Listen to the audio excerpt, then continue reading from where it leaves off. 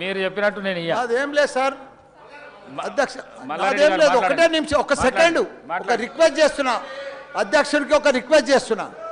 14, 15 వసంత పంచమి ఉంది కాబట్టి అందరి కోరిక మేరకు, సభ్యులందరి కోరిక మేరకు పెళ్ళిళ్ళు 26,000 పెళ్ళిళ్ళు ఉన్నాయి కాబట్టి ఆ 2 దినాలు సభ పెట్టొద్దని మా రిక్వెస్ట్, అంతే. తెలంగాణ అసెంబ్లీ సమావేశాలు హాట్గా సాగుతున్నాయి. రాష్ట్రంలో ప్రాజెక్టులపై కాంగ్రెస్ ప్రభుత్వం సభలో శ్వేతపత్రాన్ని ప్రవేశపెట్టింది. కేఆర్ఎంబీకి ప్రాజెక్టులు అప్పగించబోమంటూ తీర్మానం కూడా ప్రవేశపెట్టింది. అయితే ఈ క్రమంలో అధికార ప్రతిపక్షాల మధ్య మాటల యుద్ధమే నడిచింది. గత ప్రభుత్వంపై సీఎం రేవంత్ రెడ్డి, మంత్రులు ఉత్తమ్ కుమార్ రెడ్డి, శ్రీధర్ బాబు, జూపల్లి కృష్ణారావు విమర్శలు గుప్పించగా వాటిని హరీష్ రావు, కడియం శ్రీహరి వాటికి సమాధానం చెప్తూనే ప్రతివిమర్శలు చేశారు.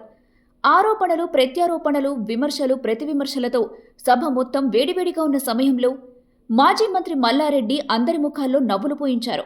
ఎంతో సీరియస్గా చర్చ జరుగుతుంటే సభాధ్యక్షునికి ఒక రిక్వెస్ట్ చేయాలంటూ మధ్యలో లేచారు మల్లారెడ్డి. దీంతో స్పీకర్ మల్లారెడ్డికి మైక్ ఇచ్చారు. ఇంత హాట్గా చర్చ జరుగుతోంది కదా, మల్లారెడ్డి కూడా ప్రభుత్వంపై ఏమైనా విమర్శలు చేస్తారా ఏంటి అని అందరూ ఆసక్తికరంగా చూశారు. అయితే మల్లారెడ్డి కూడా అంతే సీరియస్గా లేచి 14, 15 తేదీల్లో వసంత పంచమి సందర్భంగా రాష్ట్ర వ్యాప్తంగా సుమారు 26,000 పెళ్లిళ్లున్నాయి కాబట్టి సభ్యులందరి కోరిక మేరకు ఆ 2 రోజులు అసెంబ్లీ సమావేశాలు పెట్టొద్దని రిక్వెస్ట్ అంటూ మల్లారెడ్డి స్పీకర్కు తన అభ్యర్థన తెలిపారు. మల్లారెడ్డి రిక్వెస్ట్ విన్న స్పీకర్తో పాటు అటు సభ్యులందరి ముఖాల్లో నవ్వులు విరిశాయి. నిజానికి మల్లారెడ్డి చేసిన రిక్వెస్ట్లో కూడా అర్థముందండోయ్. అసలు అసెంబ్లీ సమావేశాలు జరిగేదే ప్రభుత్వాలు, ప్రతిపక్షాల మధ్య జరిగే చర్చ, వాళ్లు చేసే తీర్మానాలు, చట్టాల గురించి తెలుసుకునేందుకు. అలాంటిది ప్రజలంతా పెళ్లిళ్లు, పేరంటాలంటూ ఫంక్షన్ హాళ్ల వెంట తిరిగితే సమావేశాలు వీక్షించేదెవరు? అందులోనూ ఏకంగా 26,000 పెళ్లిళ్లంటే మామూలు విషయం కాదు. రాష్ట్రమంతా పెళ్లి సందడే ఉంటుంది.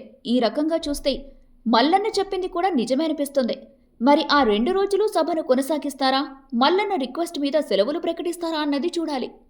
గతంలో మల్లారెడ్డి ఇలాగే పాలమ్మినా పూలమ్మినా కష్టపడ్డా మంత్రినయ్యా అంటూ డైలాగ్ చెప్పి ఒక్కసారిగా సోషల్ మీడియాలో వైరల్ అయిన విషయం తెలిసిందే.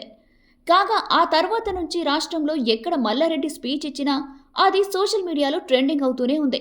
కాగా ఇప్పుడు మరోసారి అసెంబ్లీలో తనదైన స్టైల్లో రిక్వెస్ట్ చేయటం సోషల్ మీడియాలో వైరల్ అవుతోంది.